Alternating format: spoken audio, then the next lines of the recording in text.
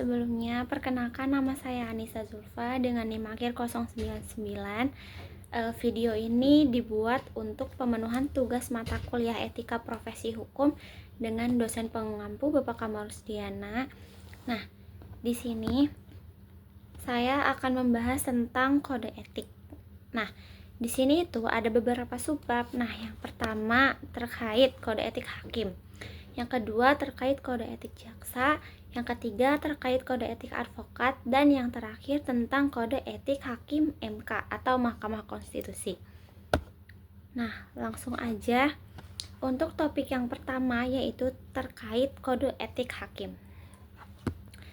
Nah, sebelumnya kayak kode etik itu apa sih gitu. Nah, kode etik ini merupakan suatu norma, nilai, serta aturan profesional yang secara tertulis dengan tegas menyatakan yang baik dan juga benar, serta apa yang tidak baik dan tidak benar bagi seorang profesional. Atau definisi lain terkait kode etik ini merupakan suatu pola aturan, tata cara, tanda, pedoman etis di dalam melakukan suatu kegiatan ataupun suatu pekerjaan. Untuk dasar hukum kode etik ini, untuk dasar hukum yang pertama ada di dalam keputusan bersama KMA dengan KY nomor 047/KMA 2009 dan nomor 2 KY 2009 KE PPH Jungto putusan Mahkamah Agung nomor 36 P/HUM 2011 tanggal 9 Februari 2012. Untuk dasar hukum yang kedua ada di keputusan bersama KMA dengan KY nomor 02/PB/KMA 2012 dan nomor 2/PB/KY 2012 KE PPH. PE PPH maksudnya. Selanjutnya, Rapat Kerja Nasional Mahkamah Agung tahun 2002 di Surabaya merumuskan bahwasanya pedoman perilaku hakim yang memperhatikan prinsip-prinsip dalam Bangalore Principle of Judicial Conduct.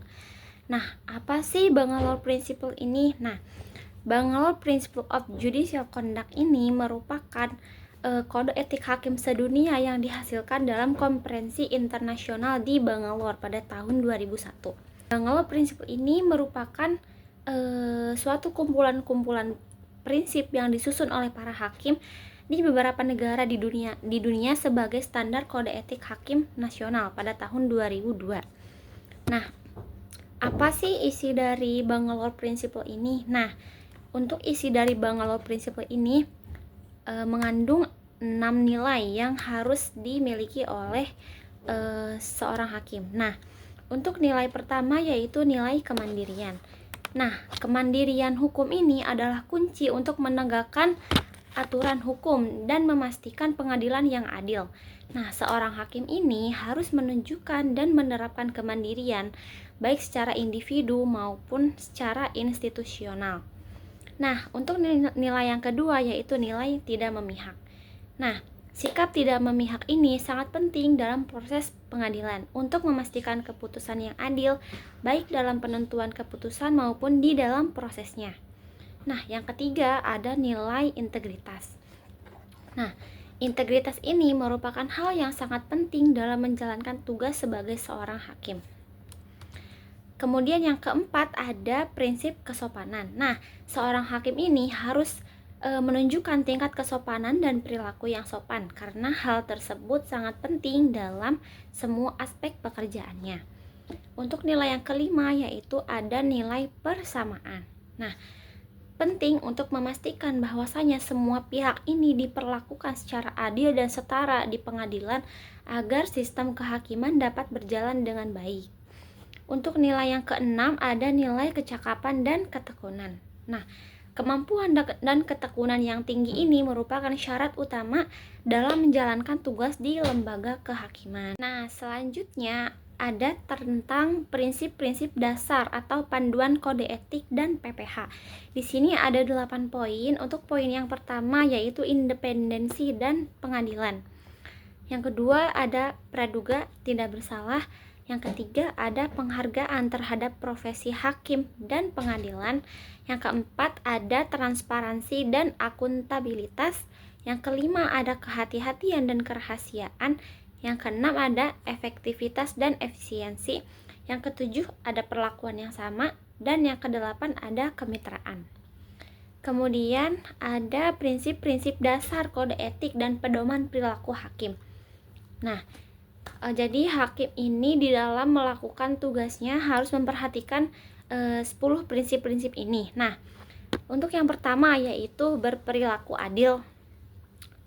Yang kedua, berperilaku jujur. Yang ketiga, berperilaku arif dan bijaksana. Yang keempat, bersikap mandiri. Yang kelima, berintegritas tinggi. Yang keenam, bertanggung jawab. Yang ketujuh, menjunjung tinggi harga diri. Yang kedelapan, berdisiplin tinggi. Yang kesembilan, berperilaku rendah hati. Dan kesepuluh, bersikap profesional.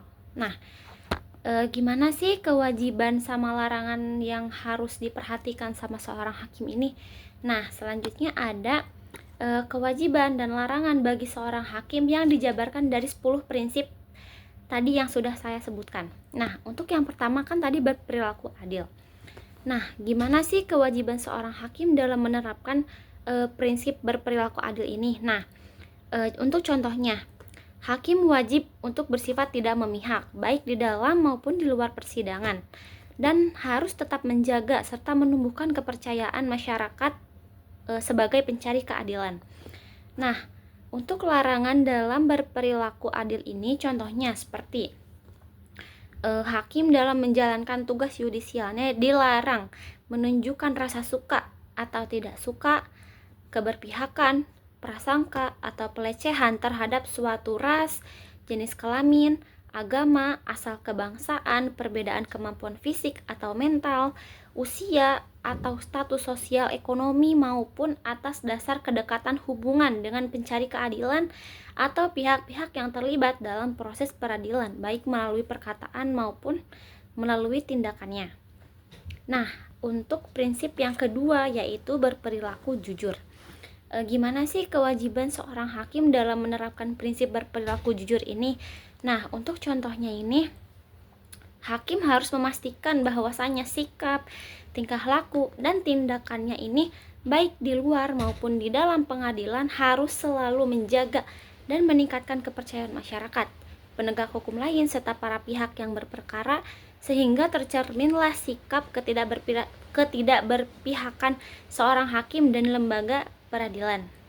Nah, untuk larangan dalam prinsip berperilaku jujur ini, contohnya seperti hakim tidak boleh meminta atau menerima dan harus mencegah suami istri. Nah, untuk larangan dalam berperilaku jujur ini contohnya seperti hakim tidak boleh meminta atau menerima dan harus mencegah suami atau istri hakim, orang tua, atau anggota keluarga hakim lainnya untuk meminta atau menerima janji, hadiah, hibah, warisan, pemberian, penghargaan, dan pinjaman atau fasilitas dari advokat, penuntut, atau orang yang sedang diadilinya atau pihak lain yang kemungkinannya kuat untuk diadili. Nah, selanjutnya untuk poin ketiga ada prinsip berperilaku adil dan bijaksana. Nah, gimana sih kewajiban seorang hakim dalam menerapkan prinsip berperilaku arif dan bijaksana ini? Nah, untuk kewajibannya contohnya seperti hakim dalam menjalankan tugas-tugas yudisialnya wajib terbebas dari pengaruh keluarga ataupun dari pihak lainnya.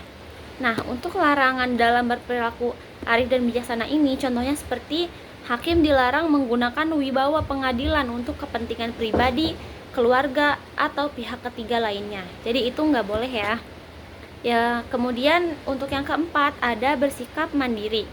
Nah, kewajiban seorang hakim dalam menerapkan kewajiban dalam sikap mandiri ini contohnya seperti hakim harus menjalankan fungsi peradilan secara mandiri dan bebas dari pengaruh, tekanan, ancaman, atau bujukan baik yang bersifat langsung maupun tidak langsung dari pihak manapun. Untuk contoh pelanggaran dari penerapan sikap mandiri ini seperti hakim membicarakan konsep putusan dengan pihak tertentu dan melakukan komunikasi dengan pihak berperkara dan pihak ketiga yang berhubungan dengan suatu perkara. Jadi itu merupakan contoh pelanggaran dari prinsip bersikap mandiri. Nah, yang kelima ada prinsip berintegritas tinggi.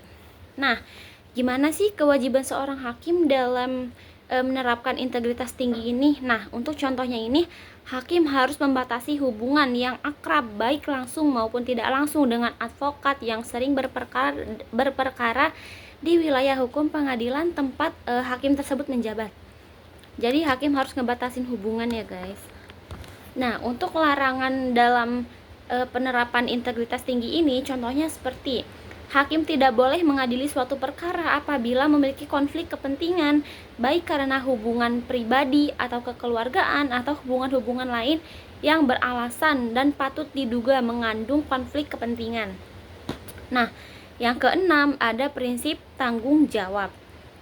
Nah, kewajiban seorang hakim dalam menerapkan prinsip tanggung jawab ini contohnya seperti hakim dilarang menyalahgunakan jabatan untuk kepentingan pribadi, keluarga, ataupun kepentingan dari pihak lainnya. Untuk contoh dari pelanggaran prinsip tanggung jawab ini, misal kayak, hakim menggunakan jabatannya untuk memasukkan anggota keluarganya menjadi seorang hakim dan menggunakan informasi yang bersifat rahasia untuk melakukan pemerasan. Nah, yang ketujuh ada prinsip menjunjung tinggi harga diri. Nah, kewajiban seorang hakim dalam menjunjung tinggi harga diri ini contohnya seperti hakim ini harus menjaga kewibawaannya serta harga diri lembaga peradilan dan profesinya baik di dalam maupun di luar pengadilan. Nah, untuk larangan dalam prinsip menjunjung tinggi harga diri ini contohnya seperti hakim dilarang melakukan rangkap jabatan yang ditentukan oleh peraturan perundang-undangan yang berlaku. Yang kedelapan ada prinsip disiplin tinggi. Nah, prinsip disiplin tinggi ini akan mendorong terbentuknya pribadi yang tertib di dalam melaksanakan tugasnya, ikhlas dalam pengabdiannya, dan berusaha untuk menjadi teladan dalam lingkungannya, serta tidak menyalahgunakan amanah yang dipercayakan kepadanya. Nah, untuk contoh pelanggaran dalam penerapan prinsip disiplin tinggi ini, contohnya seperti ini, hakim ini tidak berusaha agar persidangan berjalan sesuai dengan jadwal yang sudah ditentukan. Jadi kalau misalkan hakimnya kayak gini berarti dia sudah melanggar prinsip disiplin tinggi ya. Atau contoh yang kedua, tidak mempertimbangkan seluruh dalil-dalil para pihak dan fakta persidangan dalam mengambil keputusan. Jadi itu merupakan contoh pelanggaran dari sikap disiplin tinggi. Nah, kemudian untuk prinsip yang ke-9 ada berperilaku rendah hati. Nah, sikap rendah hati ini akan mendorong terbentuknya sikap realistis, mau membuka diri untuk terus belajar, menghargai pendapat orang lain, menumbuh kembangkan sikap tenggang rasa, serta mewujudkan kesederhanaan dan penuh rasa syukur dan ikhlas di dalam mengemban tugasnya. Nah, untuk contoh pelanggaran dalam penerapan perilaku rendah hati ini, contohnya seperti hakim menolak untuk mengadili perkara tertentu, misalnya tindak pidana ringan atau perkara-perkara yang mengandung resiko keamanan. Nah, untuk prinsip yang terakhir yaitu nomor 10, yaitu prinsip bersikap profesional. Nah, sikap profesional ini akan mendorong terbentuknya pribadi yang senantiasa menjaga dan mempertahankan mutu pekerjaannya, serta berusaha untuk meningkatkan pengetahuan dan kinerja, sehingga tercapailah setinggi-tingginya mutu hasil pekerjaan yang efektif dan efisien. Nah, untuk contoh pelanggaran dari penerapan sikap profesional ini, contohnya seperti seorang hakim ini mendiskusikan atau membocorkan konsep putusan dengan pihak di luar majelis. Nah, untuk subbab yang kedua yaitu kita akan ngebahas tentang kode etik jaksa. Nah, untuk dasar hukum kode etik jaksa ini ada di dalam Peraturan Jaksa Agung Republik Indonesia Nomor PER 014-A-JA-11-2012 tentang kode perilaku jaksa. Nah, jaksa ini apa sih gitu? Nah, Untuk definisi jaksa, jaksa adalah pejabat fungsional yang diberikan wewenang oleh undang-undang untuk bertindak sebagai penuntut umum dan pelaksana putusan pengadilan yang telah memperoleh kekuatan hukum tetap serta wewenang lain berdasarkan undang-undang.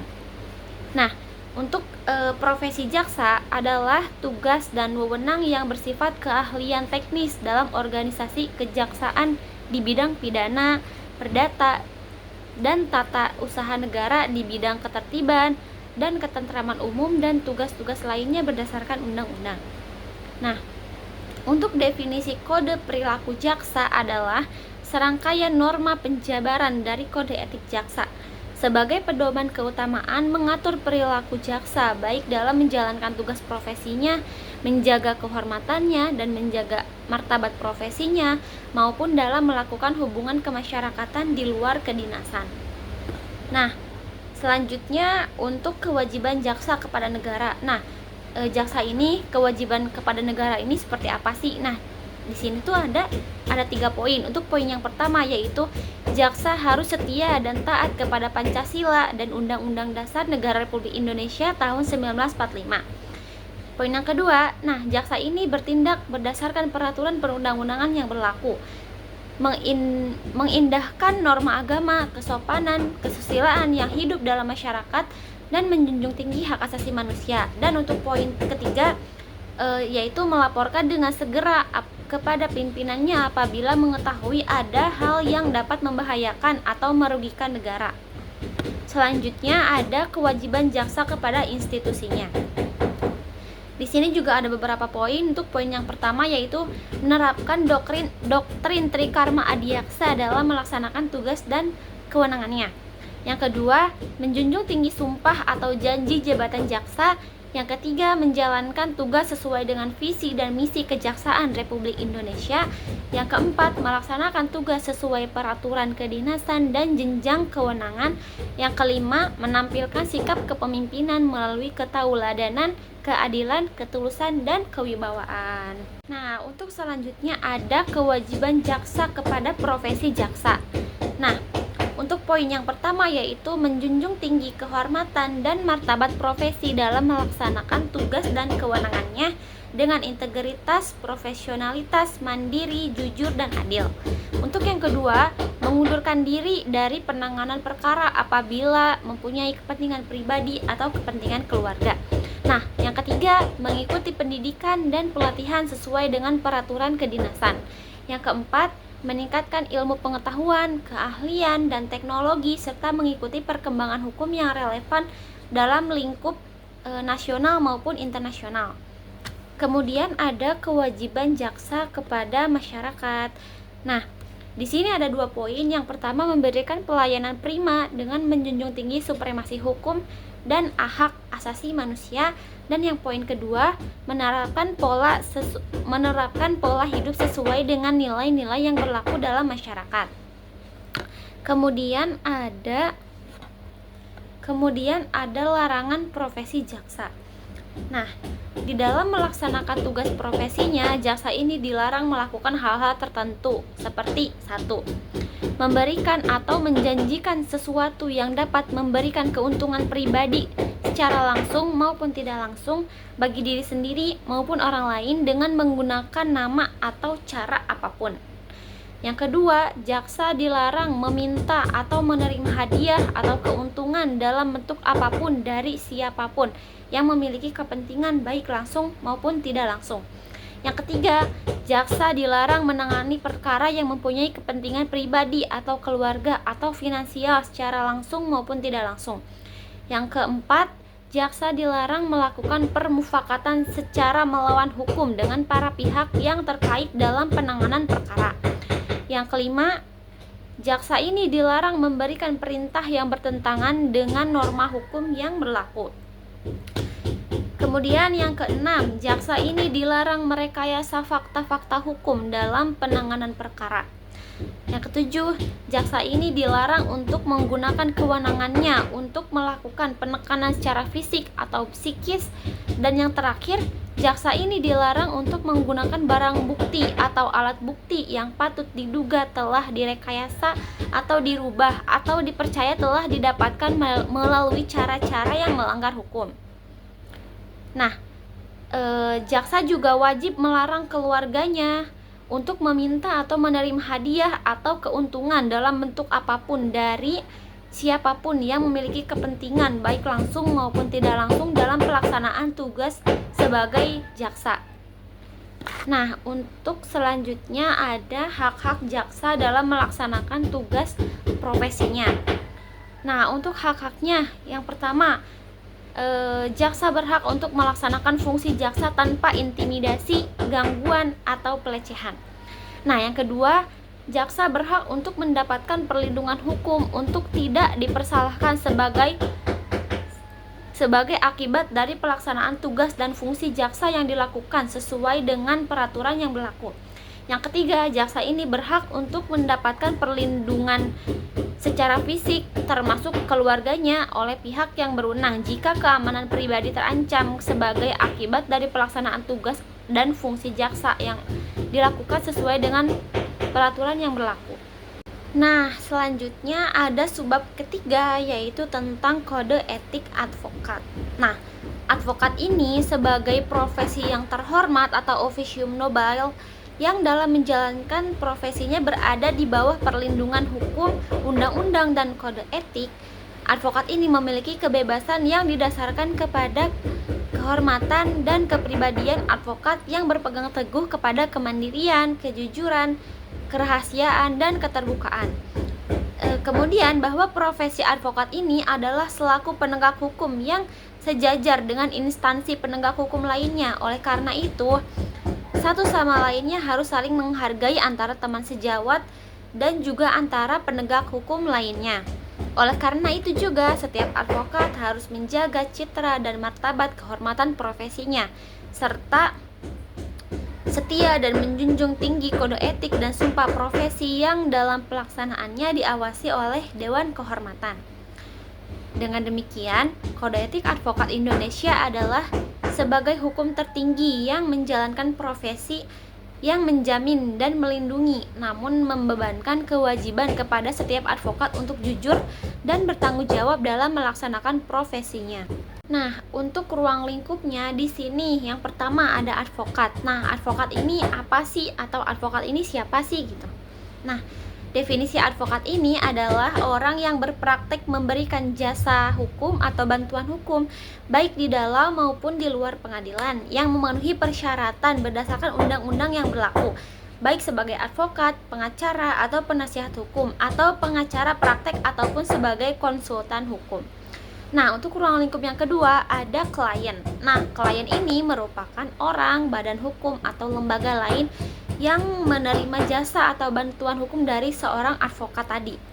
Nah, untuk ruang lingkup yang ketiga ada teman sejawat. Nah, teman sejawat ini merupakan orang atau mereka yang menjalankan praktek hukum sebagai advokat sesuai dengan ketentuan perundang-undangan yang berlaku. Jadi teman sejawat itu intinya tuh kayak sesama advokat gitu. Kalau advokat teman sejawatnya ya advokat lain. Kalau jaksa berarti teman sejawatnya jaksa lain gitu. Nah, kemudian ada kepribadian advokat. Nah, menurut pasal 2, advokat Indonesia adalah warga negara Indonesia yang bertakwa kepada Tuhan Yang Maha Esa, bersikap satria, jujur dalam mempertahankan keadilan dan kebenaran yang dilandasi moral yang tinggi, luhur dan mulia, dan yang dalam melaksanakan tugasnya menjunjung tinggi hukum, Undang-Undang Dasar Republik Indonesia, kode etik advokat beserta sumpah jabatannya. Nah, untuk kepribadian advokat menurut pasal 3 di sini ada beberapa poin. Nah, untuk yang pertama, advokat ini dapat menolak untuk memberi nasihat dan bantuan kepada setiap orang yang memerlukan jasa atau bantuan hukum dengan pertimbangan oleh karena tidak sesuai dengan keahliannya atau bertentangan dengan hati nuraninya, tetapi tidak dapat menolak dengan alasan karena perbedaan agama, kepercayaan, suku, keturunan, jenis kelamin, kekayaan politik, atau kedudukan lainnya. Nah, untuk poin yang kedua, advokat ini dalam melakukan tugasnya tidak bertujuan semata-mata untuk memperoleh imbalan materi saja, tetapi lebih mengutamakan untuk penegakan hukum, kebenaran hukum, dan keadilan. Nah, untuk poin ketiga, advokat ini dalam menjalankan profesinya adalah bebas dan mandiri, serta tidak dipengaruhi oleh siapapun dan wajib memperjuangkan hak-hak asasi manusia dalam negara hukum Indonesia. Untuk yang keempat, advokat ini wajib memelihara rasa solidaritas di antara teman sejawatnya. Untuk yang kelima, advokat ini wajib memberikan bantuan dan pembelaan hukum kepada teman sejawat yang diduga atau didakwa dalam suatu perkara pidana atas permintaannya atau karena penunjukan organisasi profesi. Kemudian, advokat ini tidak dibenarkan untuk melakukan pekerjaan lain yang dapat merugikan kebebasannya atau derajatnya atau martabat advokat itu sendiri. Kemudian, advokat ini harus senantiasa menjunjung tinggi profesi advokat sebagai profesi terhormat atau officium nobile. Kemudian, advokat dalam menjalankan profesinya harus bersikap sopan terhadap semua pihak, namun wajib mempertahankan hak dan martabat advokat. Nah, seorang advokat ini yang kemudian diangkat untuk menduduki suatu jabatan negara, maupun itu eksekutif, legislatif, atau yudikatif, tidak dibenarkan untuk berpraktek sebagai advokat dan tidak diperkenankan namanya dicantumkan atau dipergunakan oleh siapapun atau oleh kantor manapun dalam suatu perkara yang sedang diproses atau berjalan selama ia menduduki jabatan tersebut. Untuk materi selanjutnya ada terkait kepribadian seorang advokat. Nah, di sini ada beberapa poin. Yang pertama, integritas. Nah, seorang advokat ini harus memiliki integritas yang tinggi dan memegang teguh etika profesi. Nah, mereka ini harus jujur, harus dapat dipercaya dan memiliki moralitas yang tinggi. Yang kedua, ada percaya diri. Nah, advokat ini harus mampu menyampaikan argumen dan pandangannya dengan percaya diri di hadapan hakim dan pihak lawan. Kemudian yang ketiga, ada komunikasi yang baik. Nah, kemampuan berkomunikasi secara efektif baik lisan maupun tulisan ini sangat penting bagi seorang advokat karena untuk menyampaikan kasusnya dengan jelas dan meyakinkan. Kemudian ada hubungan advokat dengan klien. Nah, gimana sih hubungan advokat ini dengan seorang klien? Nah, di sini tuh ada 3 poin. Nah, untuk yang pertama, advokat ini tidak dibenarkan memberikan keterangan yang menyesatkan klien mengenai perkara yang sedang diurusnya. Yang kedua, advokat ini tidak dibenarkan menjamin kepada klien bahwa perkara yang sedang ditanganinya ini akan dimenangkan. Nah, yang ketiga, advokat ini tidak dibenarkan membebani biaya-biaya yang tidak perlu kepada kliennya. Nah, kemudian ada hubungan advokat dengan teman sejawat. Yang pertama, advokat ini harus dilandasi sikap saling menghormati, saling menghargai, dan saling mempercayai. Yang kedua, advokat ini jika membicarakan teman sejawat atau jika berhadapan satu sama lain dengan teman sejawat dalam sidang pengadilan, nah hendaknya tidak menggunakan kata-kata yang kasar atau yang tidak sopan baik secara lisan maupun tulisan. Nah, selanjutnya keberatan-keberatan terhadap tindakan teman sejawat yang dianggap bertentangan dengan kode etik. Nah, advokat ini harus diajukan kepada Dewan Kehormatan untuk diperiksa atau tidak dibenarkan untuk disiarkan melalui media massa atau cara lain. Nah, yang terakhir, advokat ini tidak diperkenankan menarik atau merebut seorang klien dari teman sejawat atau dari advokat lainnya. Nah, kemudian ada cara bertindak advokat dalam menangani perkara. Nah, gimana sih advokat ini cara bertindaknya dalam menangani sebuah perkara? Nah, mari kita bahas. Nah, yang pertama nih, dalam perkara perdata. Nah, dalam perkara perdata yang sedang berjalan, advokat hanya dapat menghubungi hakim apabila bersama-sama dengan advokat pihak lawan dan apabila ia menyampaikan surat termasuk surat yang bersifat ad informandum maka hendaknya seketika itu tembusan dari surat tersebut wajib diserahkan atau dikirimkan pula kepada advokat pihak lawan. Nah, yang kedua, dalam perkara pidana yang sedang berjalan, advokat hanya dapat menghubungi hakim apabila bersama-sama dengan jaksa penuntut umum. Untuk yang ketiga, advokat tidak dibenarkan mengajari atau mempengaruhi saksi-saksi yang diajukan oleh pihak lawan dalam perkara perdata atau oleh jaksa penuntut umum dalam perkara pidana. Selanjutnya ada terkait pelaksanaan kode etik advokat. Nah, yang pertama, setiap advokat ini wajib tunduk dan patuh kepada kode etik advokat ini. Yang kedua, pengawasan atas pelaksanaan kode etik advokat ini dilakukan oleh Dewan Kehormatan. Nah, Dewan Kehormatan ini berwenang memeriksa dan mengadili perkara pelanggaran kode etik yang dilakukan oleh seorang advokat. Jadi kalau misalkan ada seorang advokat yang melanggar kode etik itu nanti diperiksa dan diadili perkaranya itu sama Dewan Kehormatan.